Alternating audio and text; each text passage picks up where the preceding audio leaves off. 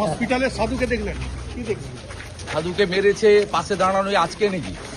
হিরণময় মহারাজকেও তো জটা কেটেছিল,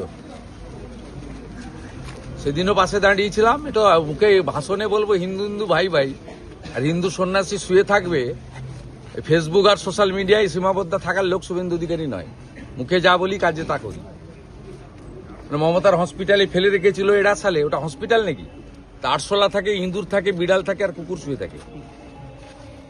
তাই উনাকে সুস্থ করাটা কাজ, প্রতিবাদ করাটা কাজ।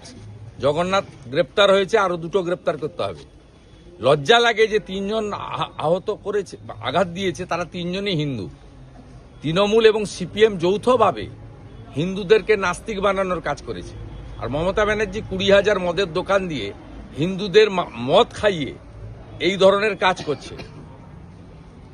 হিন্দু যুবকদেরকে বিপথে চালিত করছে মমতা বন্দ্যোপাধ্যায়।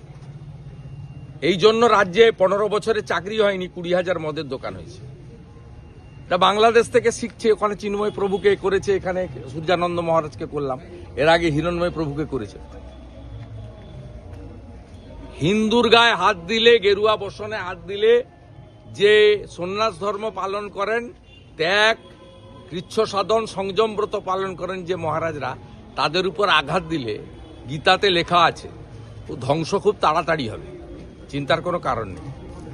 আর এই এফআইআরগুলো গুছিয়ে রাখবো, বিজেপি সরকার আসবে, এফআইআরগুলো ওপেন করব এবং যোগী আদিত্যনাথজির মতো শুকনা লঙ্কা পুড়াবো আর নাকে ধোঁয়া ঢুকাবো। ফলো করুন টাইমস নাও খবর।